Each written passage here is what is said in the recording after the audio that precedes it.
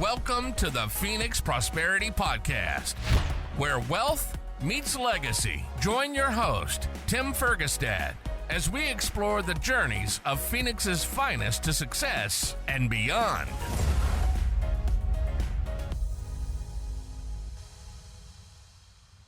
Hello, this is Tim Fergestad. Thank you for joining us. I am pleased to have Elena Zee with me here today. Elena is a transplant from Shanghai, Boston, New York, and finally Phoenix, which has been her home for the last 24 years. A fellow nerd, she has degrees in math, economics, and finance, and worked in the private sector financial services industry prior to joining an educational nonprofit 12 years ago. She's honored and humbled every day to have an opportunity to help young people build a better future for themselves, their families, communities, and the world in which they live. Super excited to have you here. Great topic, and welcome to the show. Thank you, Tim. Thank you for finding me, and I look forward to it. So let's fill in some of the gaps there. What made you come to Phoenix, for example? So I came to Phoenix. It was for a work opportunity. I started my career in finance economics with American Express back in that was 2000. That was back in the early 1990s. Okay. So from New York City, their headquarters. Actually, I was working in the World Trade Center at that time, and about 8 months before 9/11, I was offered a good opportunity with American Express to come to Arizona, and I had just got married, and we were looking for a new adventure. That's how we moved here. When I first told my husband about it, and he was, born and raised in New York City, big city boy. Okay. He said, Right. "What? We're moving to the desert?" And after we came to visit, I have been very familiar with Arizona with the business trips in the past. And so that just changed his mind right away. And we have been here since 2001, ever since. Okay, excellent. And do you go back out east? Do you have family there or something periodically? Yeah, we do. We do. We actually just came back from New York a few weeks ago. Okay. Yeah. I went on a family trip with my to California about a week ago, and it was nice, but we came back and somebody turned the heat on here in it's June for our listeners in 2024. So it is hot in Phoenix now, and it seems like now is a good time to go to New York, not come back. But yeah, we appreciate every time we have to visit family and friends back in the East. Yeah, you can always escape here for a little while if you need to. Yeah, we're here by choice. I love it here. It is. It's a great state. We love it. So talk about I guess it was 12 years ago when you transitioned from I guess the financial services industry into the nonprofit. Yes. So I am prior to that, I was serving on the board with Arizona Council of Economic Education. I found out about this organization at my Columbia University alumni event, and someone was telling me about, do you know there's an organization that helps young people to be financially literate, and they do this in a very cool way by supporting teachers, giving them the support and resources. And I said, wow, that really resonated. This is what I want to do. So I got involved and served on the board.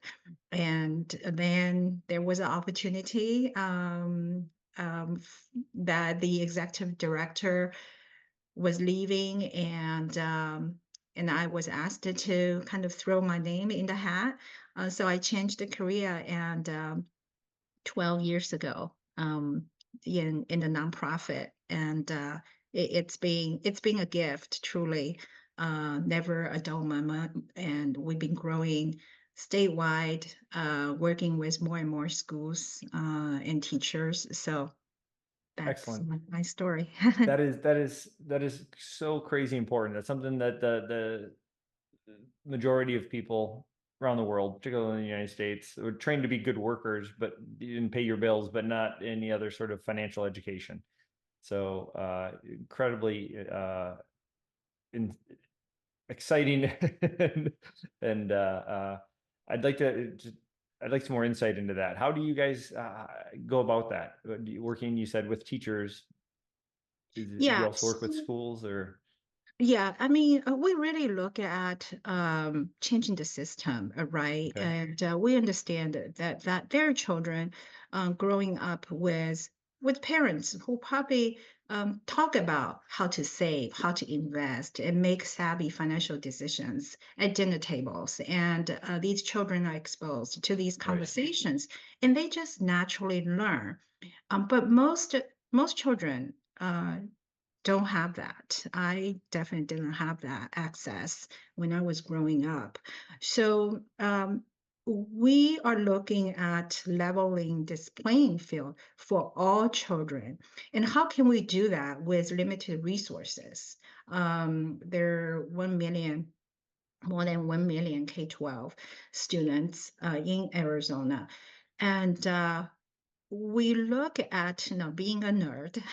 I look at numbers, and I look at how can we maximize return on investment in the quickest way. Um, and that is through our wonderful Arizona teachers. Teachers, we believe if they are prepared with quality resources and training, they will have this multiplier impact the students. On average, a teacher serves 150 students every year, and every year after that, year after year. So one teacher can generate thousands of student impact. Yep. And that's how we started, actually. We started just by a few teachers passionate, and we introduced resources to them, and they shared with other teachers, Okay. and then these teachers share with more teachers. Nice. So today we have a network of 13,000 K-12 teachers from 2,000 schools in Arizona who use our resources, and they are free on a regular basis. Awesome. How do they incorporate it into the curriculum? I'm wondering about the details about it, because K through 12 doesn't have like a finances class. So in Arizona, fortunately, we do have personal finance and economics standards that is required to be taught. And these standards, and we worked for many, many years, more than 20 years ago, to have these standards written and have the support of the Department of Education and legislature as a requirement prior to high school graduation. Okay. So that's number one, is having that standards in place. And then it's about having curriculum resources, and we make them free, plus training the teachers to have the confidence in teaching it. Most Sure. teachers you study to become teachers, and that economic education is not part of their Right. requirement, right, to graduate and get a teaching certificate. Now it is. So we still have a lot of work to do, Sure. but we're slowly getting there. Okay. So but again, what classes do they introduce this material to the student to hit those standards? I mean, is it in math class? Is there a business or economics class? Yeah, it's part of the Arizona Social Studies and the social studies standards and curriculum. Okay. So economics, their economic standards and personal finance standards from kindergarten to 12th grade. Okay. And so it's part of the social studies curriculum. Is there a challenge for selling this to kids, right? I mean, because a lot of kids are adverse to math in the first place, or I mean, I don't know. Yeah, is there a sales component to this? Um, we do figure out ways to make um, financial education relevant to the Right. kids. So Okay. making it relevant is very, very, very important. So we start with most kids, they want things, right? They want things. They want to buy video games, or they want new sneakers, right? Right. And so we start introducing um, the cost of these items. Okay, so you need money to purchase these items. Sure. So how do you make money? And kids start learning the different ways to earn income. And we have this activity with first graders and have Okay. them come up with building this chain of ideas to spend money. And then, so a group of kids will work on ideas to spend money. Another group of kids will work on ideas to make money. And guess who wins that competition? The kids with ideas to spend money. It's a lot hard to think about, right, how to make income. So they start seeing, making that connection. I see. Okay. Earning income and spending money. And we have a budget, we do budget simulations with, we have a program called the Financial Fitness in Action. Okay. We give every student a career and a family. Some have two children, some they may be assigned a profession as an electrician or Kind of like doctor. the game of life. Exactly. So, and then with that earning and needs to make a living, they make decisions on how to budget. And we bring in volunteers and community members to share with the kids their life lessons. So Excellent. So you gamify it in some sense, right? many games. We have Yeah. many games. There's there's investing game, and we incorporate sports. We incorporate artwork into the learning of financial literacy economics as well. I imagine, I'm trying to think of the influences that they see in the things. I mean, because we could tell them Elon Musk, nerd, Jeff Bezos, nerd, Bill Gates, nerd. But the richest, most successful, but I don't think that does it for them. But if you show them, like, I don't remember which Kardashians, like the youngest billionaire or whatever. I mean, some of that stuff, right? How Beyonce's leveraged her stuff, how Dwayne Johnson has his portfolio and different, right? That sort of stuff might be different ways to do it too. But I think, yeah, games depends on the age group, obviously, but yeah, we do use many techniques to engage the students, and teachers tell us all the time that you talk about very abstract math formulas, kids check out, but once you start talking about money, they pay attention. Right. Yep. That was something. Yeah. That was something that a friend of mine I know, she does multifamily investments as well, and she was good at math but didn't like it until you put a dollar sign in front of it, and then all of a sudden she's like, "Oh, this is great." Exactly. And there are just so many stories like that. And you remind me of this kid, and he was pretty good at math, but I think his name it was Nathan. And but he didn't know what he's going to do with math. And we had this program called the stock market game. And they used the money to put a portfolio together, investing in real companies. And he started becoming interested in oh, investing in these companies, and I can make money through dividends and etc.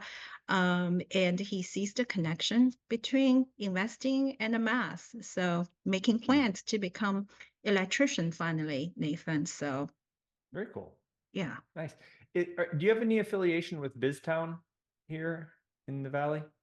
I know about BizTown, of course. Yes. Okay, I was just wondering if you had any affiliation with them or not, or if you guys help. I don't know where they get their funding from and how that works. We work with many nonprofits, there is just such a high demand, a huge gap, closing the financial literacy gap. So many organizations and with different programs and strategies to reach the kids. So Right. Okay, great. This is all great stuff. Very, very excited about it because again, it's something that there's a big gap, there's a big need, and yeah, it's just a great topic close to my heart, I guess. thank you. What sort of trends excite you in the field or the industry and how are you leveraging them? So I do see that people are passionate about supporting financial literacy. And when you talk to people, and so often I hear that they say, well, I wish I had um, this education when I was growing up. Right. And they learned a hard lesson from the mistakes they made. Yep. So yeah, and the people from the community want to get involved and they want to make a difference. It is helping through the community financial support, their time and investment in our mission and our business model, supporting the teachers, the schools, and the students. So it's really amazing to see. And our organization is a part of a National Council for Economic Education as well. Okay. We're affiliated. So there's state economic education councils around the country. We work very closely with and we share best practices. We identify gaps. And for example, a new program called Invest in Girls. We notice that as you know, women increasingly is controlling a large share of the wealth and income in the United States. But there is still a very large gap in women working in finance and taking a leadership in finance and feeling confident in financial management. So Investing in Girls program, and we did a lot of research and best practice sharing with other states, led by the National Council Economic Education, launched the program in Arizona to help more teenage girls become confident and financially savvy. So that is one of the new programs that we're doing. So we're reaching different demographics. Right. Underserved communities is a huge focus area for us because they do not have exposure, right? the access and exposure for so many reasons. Um, Another new program that we are doing is for the K-3 young children. And there's many wonderful children's books that introduces personal finance and economics. So we have an Econ Reads program, and it's a reading program, and we engage with the community volunteers to bring the program to Title I schools. And sometimes yes, personal finance has a strong math component, but it also has that vocabulary component. Sure. That the speaking that language, as someone who English is my second language, I understand the importance of speaking the language Right. and to communicate, to have access, and to make a difference in your financial lives. So, Sure, sure. Being familiar with the lingo is important. I was going to ask you about something else. Sorry, it'll come back to me. But back to sort of your transition into in finance in general, really, and then into what you're doing now. What was the influence? What got you into did you have a mentor or somebody that influenced you towards this field? so if you allow me a little bit personal background, Sure, please. so I was born in the late 1960s in China, and so growing up, without a washing machine, refrigerator, not to mention never had one, never even seen one. And then until the late 1970s, a long kept family secret was revealed to me that we had relatives living in the United States and who would like to sponsor me to come to the United States and pursuing education. So I came here and noticed that my relatives were highly accomplished. They own multiple homes around the world.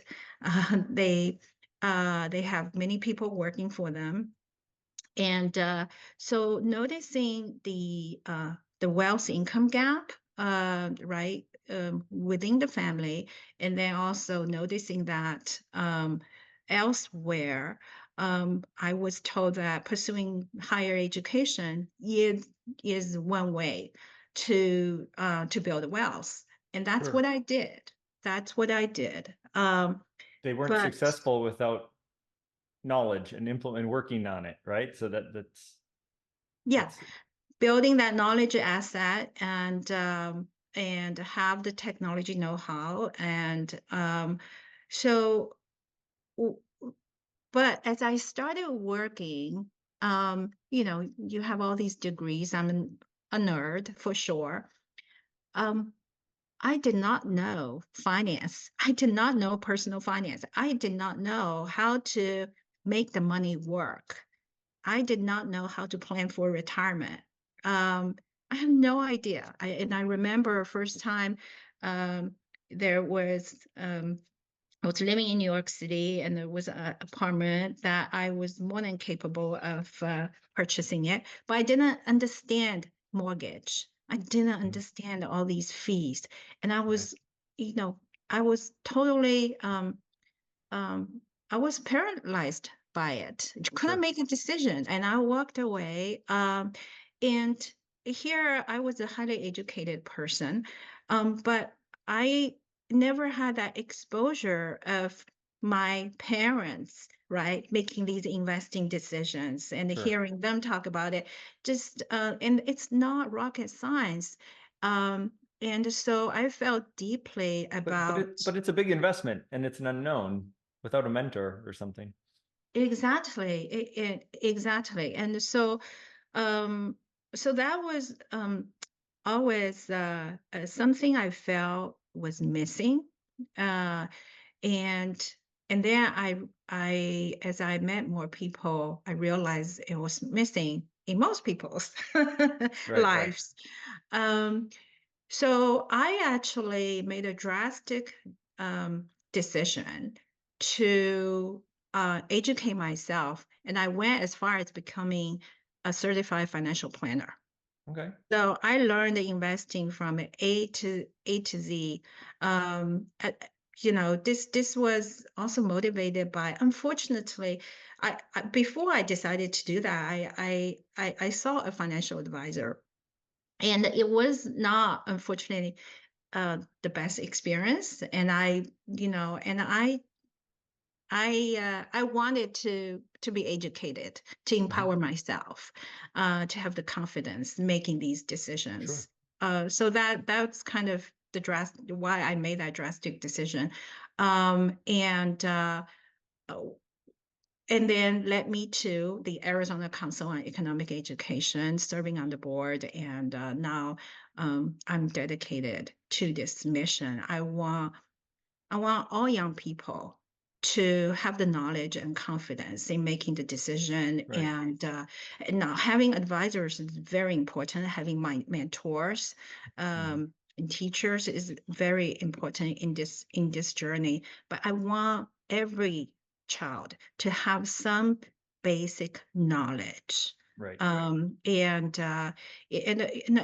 we always tell kids that learning finance, it's not just about money. It's about making decisions. Yep. It's about developing that economic way of thinking, knowing that how many choices, how many options you have. Everyone has choices, but Yep. every choice is at a cost. We want the kids to be able to evaluate these costs. And we Right. tell them, even if something is free, there is a cost as well. Yep. And whatever choice you make, there are consequences. And sometimes you don't know what the consequence is until sometime in the future. And we teach them that voluntary trade, we all specialize in we have different skills. And the trading increase wealth.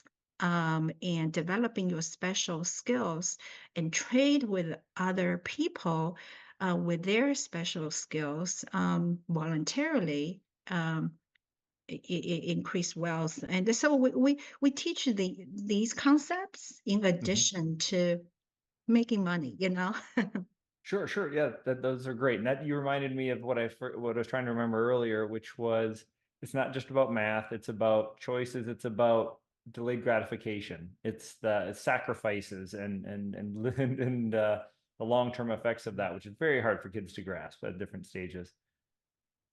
So that's is that part of the curriculum as well to try to, I mean, obviously things are age-based, but yes, exactly. We have what we call grade appropriate, age appropriate right. Academic standards to teach financial literacy and economics. But those underlying habits and behaviors of saving versus investing versus living in the now versus thinking for the future and things like that, those are all part of the lessons. That sounds awesome. Absolutely. Yep. We teach them about values too, about Yes. setting goals and what's important to them. So yeah, it's so much more than math and the money. So yeah, there are behaviors involved. That's all wonderful, fascinating stuff. I want to learn more and see how I might be able to participate maybe at some level. This is the Phoenix Prosperity Podcast, and it sounds like things are going really well. You're doing some great stuff. I was wondering on a personal and professional level, what you're doing to move your prosperity forward. So I on a personal, first I would say on a personal level, I have a personal passion, which is travel. I love traveling and learn about other cultures. I feel deeply that when people travel more, they will be less afraid of people who may be different from them. So that's do my business. personal. And when you do business with other cultures, you're more likely to try to work things out. Yeah. Cultures, other people, regardless of where they're from, what they look like, that it helps building trust and understanding and removing that fear. And back to the Arizona Council of Economic Education, our mission is very much based upon building that community trust with the schools, volunteers, donors, What we do, and I will say financial education is really important, but you cannot force it. You need to have you need to bring people on board about understanding why it's important and have that trusting relationship to build that knowledge together. Sure, sure. Okay. And then I guess to wrap that part up, just the legacy planning for yourself. Do you have sort of your own goals and timelines for what you want to do? Are you going to keep doing this for a while? Do you want more travel? How do you balance all that? Oh, so I do all of them, and we have a great team at ACEE, and I'm very fortunate that our staff, they are extremely capable. They are lifelong learners, and we are building skills, capabilities together. We are very all of us, I would say, very technology savvy, and we understand that it's important for us to reach more kids and be more effective. We need to be ahead of new technology capabilities that our society is creating continuously. Right, right. Okay. You have great impact with the work you've done and are doing. That's all great. Reflecting on your journey, what do you wish you knew earlier about building wealth and success? I would say, well, in addition to learning personal finance and economics, I would say the importance of networking. We were talking about this. Yes. I'll tell you, I mean, I worked when I was working American Express for 14 years. In that corporate environment, I didn't see a huge value about reaching out to the community and building that network.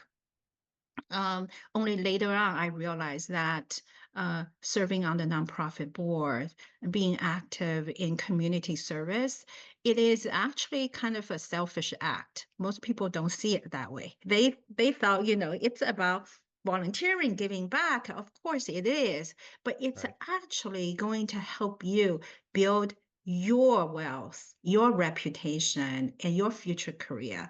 And I wish I had known that earlier. Great advice. That's a good insight, right? Because that's something it took me a while to realize too. Pretty much everybody works under a sort of, or sees things through sort of a selfish lens, right? What's in this for me? How is this going to benefit me? Even if it's taking care of somebody else, it makes you feel good, right? Or something like that, right? So that's very interesting. Very Yeah, wise of you to. and in the opportunities and relationships that your um your service act would provide you with. Looking forward, any exciting goals or projects on the horizon? So we always have many projects and goals in the horizon, and one of them, we have a annual event which is going to take place on November 14th, Champions in Education. We are going to celebrate teachers, Arizona teachers who are superheroes and in economic education. So the event will be on Thursday, November 14th, and we welcome as many community members to join us as possible. So that's very exciting. And so for the new academic school year, we're kicking off the new season of the stock market game that hundreds of schools participating, and we have the personal finance challenge, economics challenge. Awesome. that students will demonstrate their skills.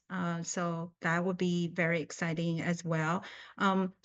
We have financial literacy family night, where we bring parents and children together over dinner after school to talk about money and learn about money. So we have several events planned for this program as well. Okay, excellent. This is all great stuff. Thank you. I appreciate you being here today. For our listeners who want to learn more about you or connect, or the ACEE, is it? The website is Where can they find you? Okay, yeah. The website is azecon.org. Okay.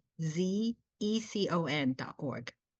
Okay. And we connected through LinkedIn. So is that a good spot for people to reach out to you as well? Always, yes, Okay. absolutely.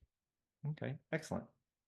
Well, thank you very much for watching. Thank you, Elena, for joining me today. We appreciate you sharing your story and your insights into success and impact here in the Phoenix area. It's awesome stuff. Thank you. Thank you so much, Tim. Inspired by our guests? Visit phoenixprosperitypodcast.com/guest and join us on the show and share your success story with Tim. The spotlight awaits.